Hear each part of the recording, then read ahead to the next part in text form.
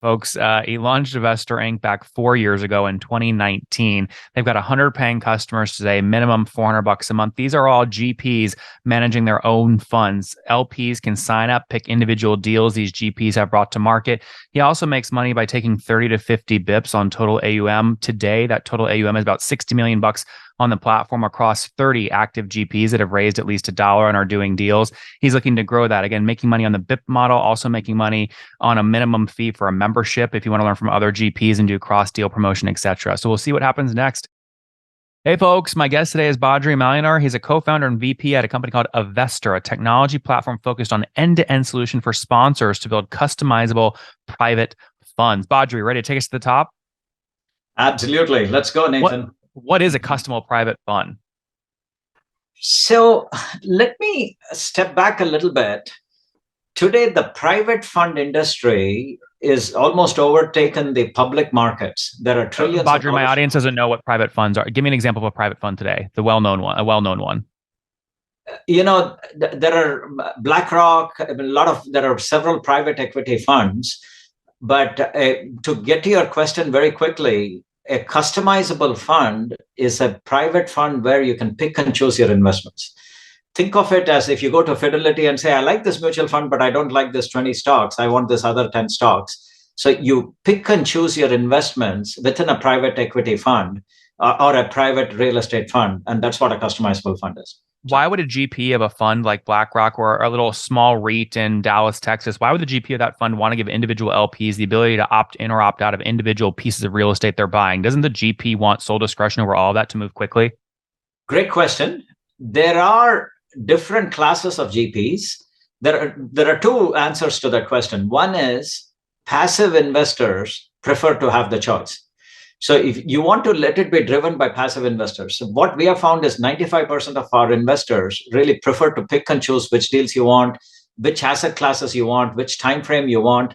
So for example, just very quickly, in our fund and the company-owned fund, we let investors pick and choose between self-storage, retail, hospitality, multifamily, student housing, RV parks. So different people prefer different asset classes. So it starts from the passive investor. And as far as the GP is concerned, if you're BlackRock is perhaps not the best example. You asked me for the best known fund.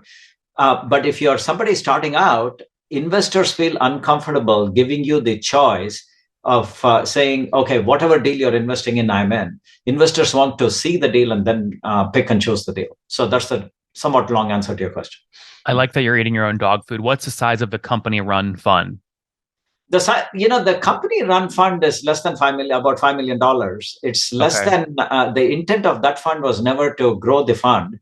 It was purely to test out large volumes of transactions. We allow people to do micro investments in that. So how many individual LPs are in that fund? There are about, I have to check the numbers, about 60 in that fund. 60? 60, yeah. Okay. And then I guess what's your revenue model? How does Avestor make money? Okay, let's get to that. So what we have done is we built that fund, and now we offer that same platform for people to create their own funds. It could be in real estate, it could be judgment liens, music streaming rights. We have a wide range of asset classes. And then what we charge is based on the assets under management. We have more than 100 funds now. And based on the assets under management, we charge a AUM fee, which ranges from 30 basis points to 50 basis points of the AUM. So on a what? Paid out what on a monthly, quarterly, biannual, annual basis? It's paid out monthly. It's calculated daily, but paid out monthly. So okay, and you said 30 to 60 bips? 30 to 50 bips. 30 to 50 bips. Okay, yeah. What's the average fund size on the platform today? So we opened it to other funds just a little over less than 2 years back. And so many of the funds are growing. The funds are between 1 to 5 million, some are 10 million, but there are several funds which are growing pretty rapidly. So okay, so the largest fund is about 10 million. 13, yeah. Oh, what's going on there, YouTube? Good to see you guys. Now imagine this. You love watching these interviews with SaaS founders, but imagine if we took all of the valuation data out from over 2,807 interviews I've done manually. Saves you a lot of time. Well, we've done this. We've built it into the beautiful interface inside of FounderPath. Check this out. I'll show you how you can access this in a second, but you log in, you connect your Stripe account, you see your valuation real time, you can see what it changed over the past 88 days, and even set goals for valuation this year. Now, the secret to valuation is there's many different ways to value a SaaS business. So the reason you're going to see 3 or 4 different valuations inside of your FounderPath dashboard, this is all free by the way, is because depending on who's doing the buying of your SaaS company, you're going to get a different valuation. A VC is going to pay a different valuation. Private equity firm is different. If you're going to do a minority sale, that's different. And if you sell the whole business, that's a different valuation. You can see all those when I hover over here. Right, so the teal is what a VC would pay, yellow is what private equity, and red is if you sold the whole thing outright. Now, what's cool about this is not built off random data. Again, you guys hear these interviews on YouTube. All these data are built from real-time valuation data points founders share with us on the show. So traction, 1.2 million, seed round, 3.7 raise, they sold 22% of their business. Go in here and filter by the event. Maybe you only want to see companies that have sold the whole business. Well, here are a bunch that have been acquired, the valuation and the multiple. Maybe you're going out right now and you're raising your seed round. Well, go in here and look at all this recent seed deals that went down, what they raised, what valuation they raised at, and what percent that they sold. There's never been a larger data set of SaaS valuations than what you can get now inside of FounderPath, and we're thrilled to bring it to you. All right, we're going to go back to the YouTube video here in a second, but if you want to check this tool out, if you want to jump in and sign up, you can check it out for free to get your valuation at this link, founderpath.com/products/valuations. Or if you go to founderpath.com and hover over products, click on get your valuation here and go ahead and sign up to give it a whirl. Again, all that valuation data live right inside the platform. I hope to see you there. All right, let's jump back into the interview. Do you have like a naturally built-in churn problem? And what I mean by that is this. If you help an individual GP get their first fund under their belt to build confidence with investors, eventually they're not going to want to give investors the ability to pick and choose deals. They're going to go raise their own private fund where them as a sole GP have full discretion over every deal, which by nature makes the investor platform, I think, useless. Then they churn. In fact, it's strange that you mentioned that. We have probably the lowest amounts of churn, less than 5% for a SaaS business. I'll tell you why. Once you 5% on what basis? What's that? 5% on what basis? Less than 5% of the people have suspended their funds. They're not even canceled it. They've just suspended it. Lifetime, monthly, quarterly, annually? Lifetime. Okay. Let me tell you the reason. We are the only platform in the world which offers a customizable fund, and a customizable fund is an evergreen fund.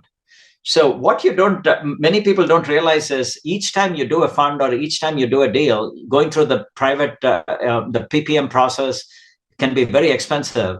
Here you create one PPM and you can add new deals within minutes. So very naturally, the barrier to add new deals is very, very low. And once you add a deal, typically these deals are 3 to 7 years. So you have to be, you can't really get out until the deal exits. And let's say in year 2, you add another deal, then you have another 7 years. So it's a very, very sticky business model, which might be of interest to many of you or SaaS co-founders. So I see. Okay. And I guess, so what's the total AUM today under management across all customers on Avestor? It's still low, growing. It's about 60 million. Okay. About 60 million. You mentioned you have 100 funds on the platform, correct? Yeah. A lot of the funds are about to be in the launch stage. So how many actually have closed a fund and done their first deal? So about 30 funds have done their first deal. 30 funds have launched, still waiting for their first deal. The market has become a little more challenging, the real estate market, because of high interest rates. You know that. Yep. And 30 funds are in the process of launching, give or take a few. So roughly. So yep. So just to be clear, we're recording this at the end of August here, 2023. There's 60 million in AUM across 30 funds that use your platform. You're taking on the high end 50 bips, right? And I assume that's annualized, right? Like, so in other words, that'd be 300,000, right? 50 bips on 60 million is 300,000. You're not taking 300,000 here in August. You're taking 300,000 divided by 12 in August, right? Correct. But we have other sources of revenue too. Just to be very clear, it's not just the platform. We help them with all aspects of marketing, launching, and scaling their fund. We help them with legal, regulatory. We do free fund bookkeeping and background checks, accreditation checks. So without getting into the details, the ARR model is just one element, but we have other sources of revenue coming into. So, well, I heard that you do a bunch of free stuff, is what you just listed. Where else do you make money outside of the BIP, the 30 to 50 bit model? So there are the background checks is an additional source of revenue. If you do blue sky filings, that's an additional source of revenue. But it's fair to say the vast majority of our revenue comes from the BIPS model. So okay, and would you say over 90%? Yeah, so today, but we want to diversify. And the other point I want to make is it's not a straight BIPS calculation. There is a minimum of $400 per month, even if you have. So we have kind of converted into a membership model where you have to pay $400 because we have a mastermind where people can interact with other fund managers. And that $400 a month includes access to the mastermind, plus it includes the first million in AUM, if that makes sense. Yeah, but it's very easy to clear that hurdle as a fund manager or an investor. You'd only have to raise $100,000 and 50 bips of that is $500 already, right? Or are you saying $400 a month is the minimum? $400 a month is a minimum. Oh, I see. So you'd have to be at like a $500,000. You have to be at $1 million to break even. I see. In AUM, yeah. So what is this really like? Do you want to be sort of like Tony Robbins, right, and lead an army of folks that want to be investors and be in a boardroom mastermind every month, or do you want to be a real sort of fintech, AUM under management Robin Hood like play? It's absolutely the fintech play. So, but the fintech play with all the bells and whistles, so that we are so fund managers can interact with each other, they can cross invest in each other's deals. And another very attractive feature of our platform is now, since we have 100 private funds, other sponsors want to come and pitch their deals in front of us, and we negotiate preferred terms for them, for our fund managers to raise money for them. So. People would want to get deals in front of your audience if your audience was big. So how would you describe your audience today? And maybe a good way to ask is, how many individual LPs are there across the 100 funds on your platform right now? It's still less than 1,000. Okay. But again, like I said, many of the funds have not launched, and we do expect to grow rapidly once the funds launch. So. Do you help a GP raise money? Like, are you effectively a marketing channel for a GP that's got a good deal but doesn't know who to raise from? I would say we help them with marketing, collateral, and we have a marketplace where people can browse through funds. But I think it would be misleading. We are not attempting to be a broker dealer. We are not attempting to raise money for them. It's really streamlining the legal, accounting, and platform processes all in one place, where they have to go to multiple vendors right now. And then most of it is the money is coming from their investors who are private to them, and they get exposed to a variety of asset classes. The fund's investors get exposed to a variety of asset classes. So just to summarize so far, there's under 1,000 individual LPs who have put at least $1, making up a total of $30 million of AUM, $60 million of AUM on Investor. That $60 million is managed by 30 active funds. You've got another 70 in the pipeline. And so you're making, again, on average, on the high end, 50 bips on the 60 million, or about $25,000 a month right now in revenue. Is that about right? Without getting into the details, that math is correct for the AUM portion. But remember, all 100 funds will pay a minimum of $400 a month. So, I mean, the math is better than that, but I wouldn't want to get into the exact details of our AUM right now. Our ARR right now. So, well, you articulated that the BIP model is more than 90% of your revenue. So maybe it's 25,000 in MRR. Maybe it goes up to 30 grand, but plus or minus 10%, we're in the right range.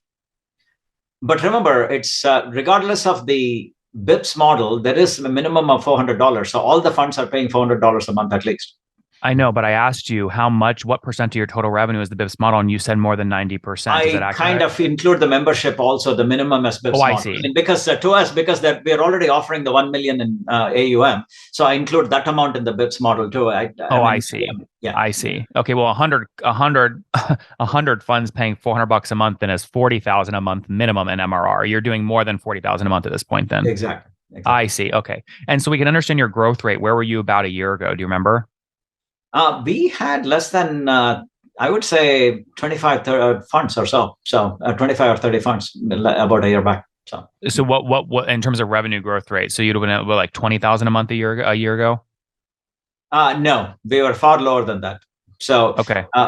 because a lot of the funds had not yet launched, and we hadn't done this minimum amount before. So that's a recent because now we add a lot of value from the mastermind, so people don't mind paying the minimum. So. Yeah. What's driven most of the growth?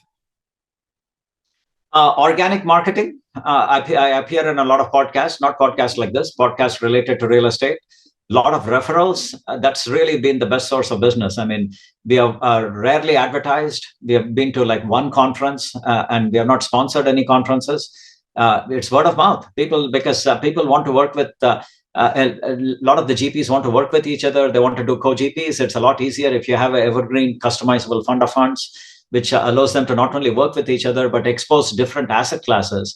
For example, a multifamily GP may want to expose somebody else to a short-term rental or a student housing asset class. So, Yep. How have you funded the business today? Are you bootstrapped or have you raised?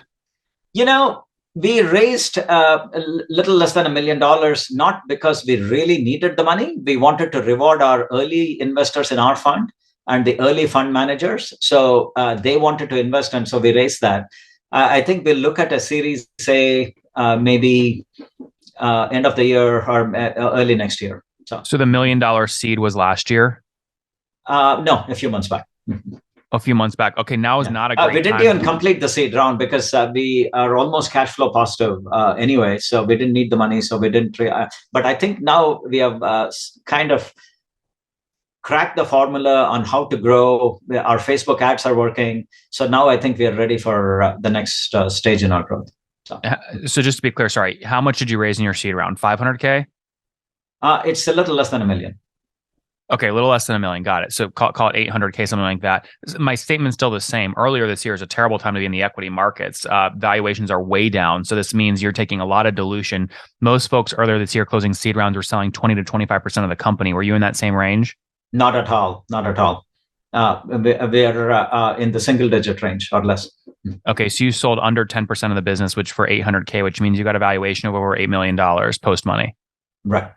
Interesting. What would I mean, if you're almost cash flow positive, why would you go test the very bad equity markets right now, in December this year for a Series A? I told you it was rewarding our early investors. And just why would you in December of this year? You said you would look at raising later this year. It's not a given. We don't absolutely need it. We want to get more strategic investors, so we can slow down the growth rate a little bit and be self-sufficient. So it's really about turning on the engine, if you will. And if the multiples are not good enough, and if the dilution is too much, we won't raise the money. So. What dilution would you consider too much as founder? We have been so busy in growing the business. We haven't had a good, healthy conversation on that. I would rather not answer the question just because we have not talked about it, and we haven't had a good discussion on this. We are having our first investor user summit in September. About 60 people are flying from across the country to Portland, Oregon. After we go past that, we figured we'll have this VC conversation in the October-November timeframe. So we haven't looked at what dilution we'll look at and all that. So it's not that I don't want to answer the question. It's just that we haven't talked about it. You mentioned Facebook ads. How much did you spend last month on paid ads? A couple thousand. Okay, so it's not just organic marketing. You are doing paid ads. We just started a couple months back. Yes. Okay, so a couple thousand, 3,000 a month, something like that on paid ads. Where are you marketing? The bigger pockets, Facebook group, or what are your ads targeting? So we are targeting different groups, sponsors who are creating different, who are already doing syndication deals and things like that. And we tried Google AdWords too. I don't think it was as effective. We also tried YouTube's targeting people who help people create funds. And but Facebook has been the most effective so far. So. And Badri, how many folks are full-time at the team today? There are about 7 full-time folks in the US and about a dozen in India. So. Okay, so call it a 19 total there. Very good. Well, we're rooting for you. We're out of time, though. Let's wrap up with the famous 5. Number 1, favorite book? Ray Dalio, Principles. Number 2, is there a CEO you're following or studying? I like Satya Nadella. I mean, it's amazing what he's done with Microsoft. Number 3, what's your favorite online tool for building a Vestor? You know, I don't know if it's my favorite, but we found that Airtable has been very, very effective for keeping track of different operations. It sounds like a trivial database thing, but we've been using Airtable very effectively. And number 4, how many hours of sleep do you get every night? I get a minimum of 7. I mean, sleep is something I don't skimp on. And what's your situation? Married, single, kids? Married with kids, love travel, and always try to squeeze in travel while running a startup. So. How many kids, Badri? I wouldn't call them kids. They're all grown-ups, but 2. 2. Okay. And how old are you? I'm close to 60 now. So. All right. We'll call it 58 years young. What is something you wish you knew when you were 20? You know, I wish I had gone in the entrepreneurial route much earlier than waiting. I mean, I did start a company in my 20s, but it didn't quite take off. So I left corporate America in my early 40s. I wish I'd left that earlier. Folks, he launched Investor Inc. back 4 years ago in 2019. They've got 100 paying customers today, minimum $400 a month. These are all GPs managing their own funds. LPs can sign up, pick individual deals these GPs have brought to market. He also makes money by taking 30 to 50 bips on total AUM. Today, that total AUM is about $60 million on the platform across 30 active GPs that have raised at least $1 and are doing deals. He's looking to grow that. Again, making money on the BIP model, also making money on a minimum fee for a membership if you want to learn from other GPs and do cross-deal promotion, etc. So we'll see what happens next. Badri, thanks for taking us to the top. Hey, thanks a lot, Nathan. And that's a great summary. I couldn't have done better. One more thing before you go. We have a brand new show every Thursday at 1 p.m. Central. It's called Shark Tank for SaaS. We call it Deal or Bust. One founder comes on, 3 hungry buyers, they try and do a deal live, and the founder shares back-end dashboards, their expenses, their revenue, ARPU, CAC, LTV, you name it, they share it. And the buyers try and make a deal live. It is fun to watch every Thursday, 1 p.m. Central. Additionally, remember, these recorded founder interviews go live. We release them here on YouTube every day at 2 p.m. Central. To make sure you don't miss any of that, make sure you click the subscribe button below here on YouTube, the big red button, and then click the little bell notification to make sure you get notifications when we do go live. I wouldn't want you to miss breaking news in the SaaS world, whether it's an acquisition, a big fundraise, a big sale, a big profitability statement, or something else. I don't want you to miss it. Additionally, if you want to take this conversation deeper and further, we have by far the largest private Slack community for B2B SaaS founders. You want to get in there. We've probably talked about your tool if you're running a company or your firm if you're investing. You can go in there and quickly search and see what people are saying. Sign up for that at nathanlatka.com/Slack. In the meantime, I'm hanging out with you here on YouTube. I'll be in the comments for the next 30 minutes. Feel free to let me know what you thought about this episode. And if you enjoyed it, click the thumbs up. We get a lot of haters that are mad at how aggressive I am on these shows, but I do it so that we can all learn. We have to counter those people. We got to push them away. Click the thumbs up below to counter them and know that I appreciate your guys' support. All right, I'll be in the comments. See ya.